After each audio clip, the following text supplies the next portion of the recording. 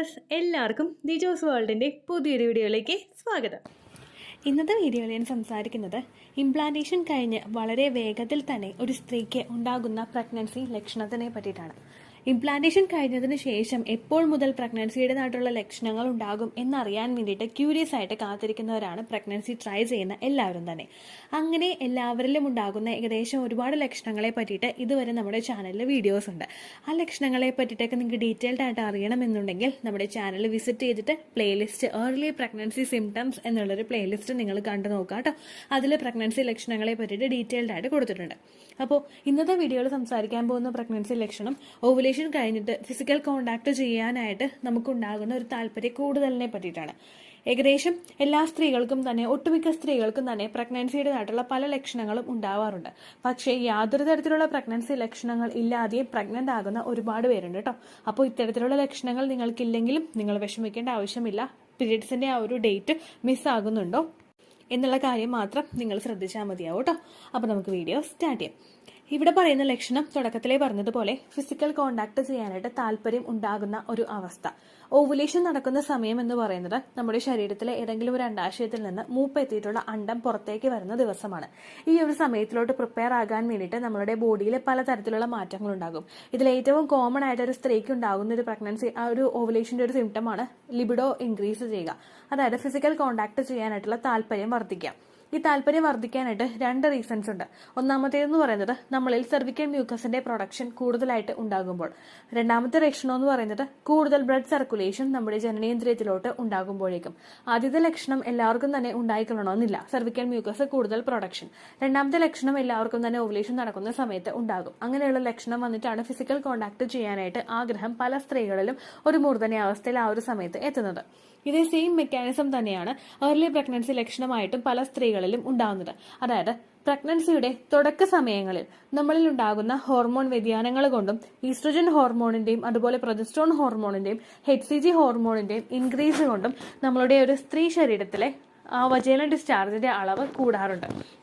Normally വജൈനയുടെ ഒരു cleaning process നടക്കുമ്പോഴേക്കും നമുക്ക് വജൈനയിൽ നിന്ന് പലർക്കും തന്നെ ഒരു ജെല്ലി ടൈപ്പ് ഡിസ്ചാർജ് ഉണ്ടാവാറുണ്ട്.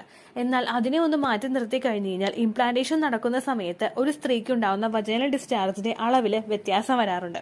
നോർമലി നമുക്ക് യൂറിൻ പാസ് ചെയ്യുന്ന സമയത്ത് ഒരു ഇച്ചിരിയൊക്കെയാണ് ക്വാണ്ടിറ്റി കാണുന്നതെങ്കിൽ നിങ്ങൾ ആ ഒരു പ്രഗ്നന്റ് ആകുന്ന ഒരു സമയത്ത് നമുക്കുണ്ടാവുന്ന ഡിസ്ചാർജിന്റെ ക്വാണ്ടിറ്റി എന്ന് പറയുന്നത് വളരെയധികം കൂടുതലാണ്.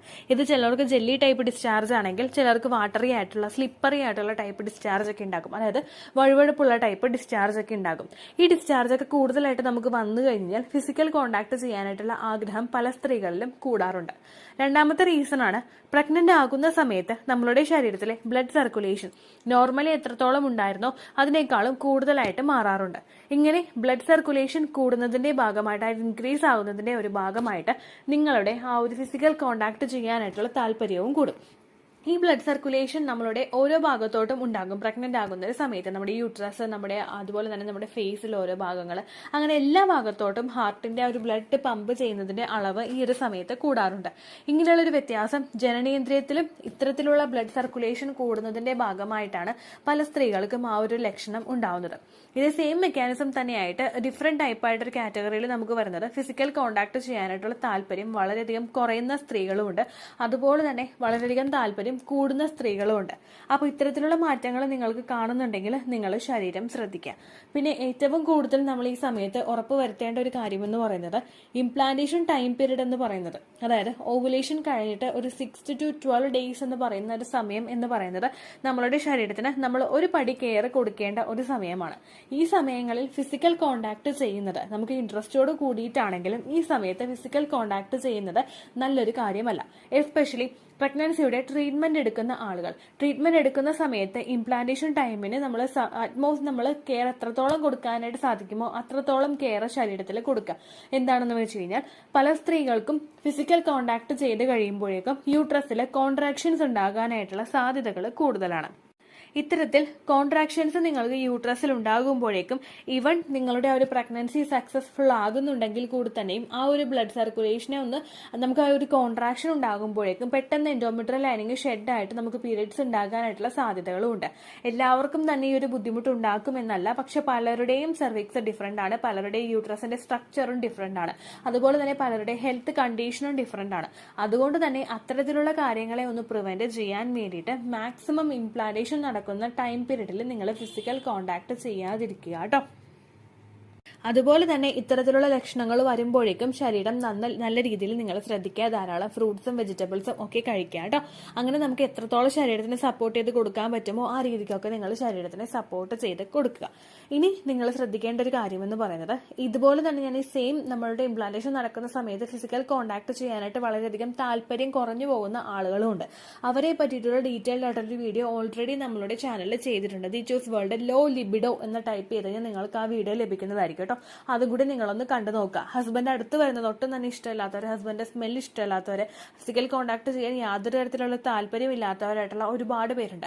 നമ്മുടെ ശരീരത്തിൽ ഉണ്ടാകുന്ന ഹോർമോൺ ചേഞ്ചസ് കൊണ്ട് നമുക്ക് ശരീരത്തിന്റെ പല ഭാഗങ്ങളിലും ഏർലി പ്രഗ്നൻസി സ്റ്റേജിൽ വേദനയും ബുദ്ധിമുട്ടും ഒക്കെ ഉണ്ടാകാം.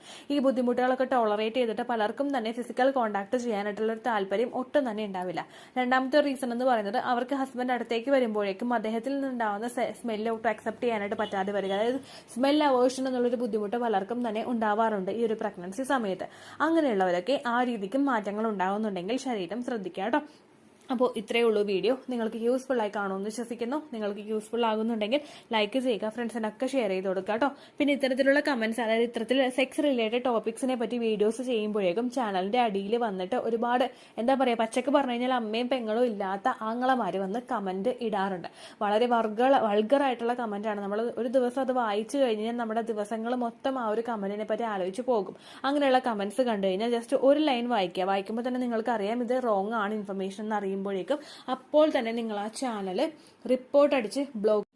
ഈ പറഞ്ഞ 2 ലക്ഷണവും ഇല്ലെങ്കിൽ നിങ്ങൾ വിഷമിക്കേണ്ട ആവശ്യമൊന്നുമില്ല കേട്ടോ. ഒരുപാട് പേർക്ക് യാതൊരു തരത്തിലുള്ള പ്രഗ്നൻസി ലക്ഷണവും ഇല്ലാതെ ഡേറ്റ് മിസ്സായിട്ട് ഒരുപാട് നാളുകൾക്ക് ശേഷം ടെസ്റ്റ് ചെയ്ത് നോക്കിയിട്ട് പോസിറ്റീവ് റിസൾട്ട് കിട്ടിയിട്ടുള്ളവരുണ്ട്.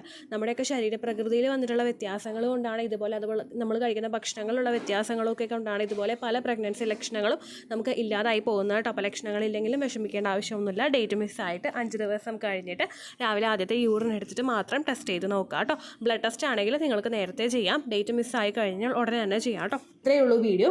യൂസ്ഫുൾ ആയി കാണുമെന്ന് വിശ്വസിക്കുന്നു. യൂസ്ഫുൾ ആവുന്നുണ്ടെങ്കിൽ ലൈക്ക് ചെയ്യുക, ഫ്രണ്ട്സിനൊക്കെ ഷെയർ ചെയ്ത് കൊടുക്കുക കേട്ടോ. എന്തെങ്കിലും സംശയം ഉണ്ടെങ്കിൽ നിങ്ങൾ കമന്റ്സിൽ ചോദിക്കുക.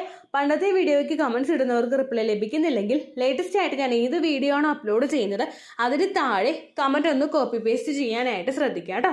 അതുപോലെ ഓവുലേഷൻ ഡേറ്റ് കാൽക്കുലേറ്റ് ചെയ്ത് തരാനായിട്ട് റിക്വസ്റ്റ് ചെയ്യുന്ന ആളുകൾ എത്രയാണോ സൈക്കിൾ ലെങ്ത് അത് മെൻഷൻ ചെയ്യാനായിട്ട് ശ്രദ്ധിക്കുക.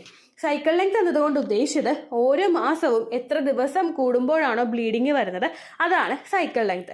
കഴിഞ്ഞ മാസം ഒരു 8-ാം തീയതിയാണ് ബ്ലീഡിങ് ആയതെങ്കിൽ ഈ മാസം 6-ാം തീയതിയാണ് ബ്ലീഡിങ് ആയതെങ്കിൽ കഴിഞ്ഞ മാസം 8-ാം തീയതി മുതൽ ഈ മാസം 6-ാം തീയതി വരെ എത്ര ദിവസമുണ്ടോ അത് കാലണ്ടറിൽ എണ്ണി തിട്ടപ്പെടുന്നതാണ് നിങ്ങളുടെ സൈക്കിൾ ലെങ്ത്.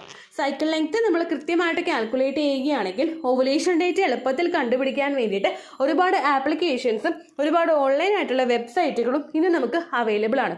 പ്ലേ സ്റ്റോറിൽ പോയിട്ട് ഓൺലൈൻ ഓവുലേഷൻ ട്രാക്കർ എന്ന് ടൈപ്പ് ചെയ്ത് കഴിഞ്ഞാൽ നിങ്ങൾക്ക് അതുമായിട്ട് ബന്ധപ്പെട്ടിട്ടുള്ള ആപ്ലിക്കേഷൻസ് കിട്ടും. അത് പറ്റുന്നില്ല എങ്കിൽ ഗൂഗിളിൽ പോയിട്ട് ഓൺലൈൻ ഓവുലേഷൻ കാൽക്കുലേറ്റർ എന്ന് ടൈപ്പ് ചെയ്ത് കഴിഞ്ഞാൽ അതുമായിട്ട് ബന്ധപ്പെട്ടിട്ടുള്ള വെബ്സൈറ്റുകൾ നിങ്ങൾക്ക് കിട്ടും. അതിൽ നിങ്ങളുടെ ലാസ്റ്റ് മന്തിലെ മെൻസ്ട്രേഷൻ്റെ ഡേറ്റും ഒപ്പം ഞാൻ ഈ പറഞ്ഞ രീതിക്ക് നിങ്ങൾ കാൽക്കുലേറ്റ് ചെയ്യുന്ന സൈക്കിൾ ലെങ്ത്തും എൻ്റർ ചെയ്ത് കൊടുക്കുകയാണെങ്കിൽ നിങ്ങൾക്ക് കൃത്യമായിട്ട് ഓവുലേഷൻ ഡേറ്റ് കണ്ടുപിടിക്കാനായിട്ട് സാധിക്കും. ഫെർട്ടൈൽ ടൈം പീരീഡും നിങ്ങൾക്ക് കിട്ടും. അതായത് എത്ര ദിവസം മുതൽ കോൺടാക്ട് ചെയ്ത് തുടങ്ങിക്കഴിഞ്ഞാൽ നിങ്ങൾ പ്രഗ്നൻ്റ് ആകും എന്നുള്ളൊരു ഡേറ്റും നിങ്ങൾക്ക് പ്രോപ്പറായിട്ട് കിട്ടും കേട്ടോ. ഇത് കാൽക്കുലേറ്റ് ചെയ്യുന്ന സമയത്ത് സൈക്കിൾ ലെങ്ത് കാൽക്കുലേറ്റ് ചെയ്യുന്ന സമയത്ത് നിങ്ങളുടെ ആ ഒരു കലണ്ടറിൽ നോക്കി തന്നെ നിങ്ങൾ കാൽക്കുലേറ്റ് ചെയ്യുക. പല മാസങ്ങളിലും 30-31 ദിവസമുണ്ട്. അതുകൊണ്ടാണ് അങ്ങനെ പറഞ്ഞത്. ഒപ്പം നിങ്ങൾക്ക് ബ്ലീഡിങ് തുടങ്ങിയ ദിവസത്തിന് വേണം നിങ്ങൾ ഡേ 1 ആയിട്ട് എടുക്കാൻ വേണ്ടിയിട്ട്. സ്പോട്ടിങ് തുടങ്ങിയ ദിവസത്തിനെ, അതായത് ചെറുതായിട്ട് ഡിസ്ചാർജ് പോയി തുടങ്ങിയ ദിവസത്തിനെ നിങ്ങൾ കൺസിഡർ ചെയ്യേണ്ട ആവശ്യം ഇല്ല കേട്ടോ. അപ്പോൾ ഇത്രയേ ഉള്ളൂ വീഡിയോ. അടുത്തൊരു വീഡിയോ ആയിട്ട് നമുക്ക് വീണ്ടും കാണാം. ബൈ.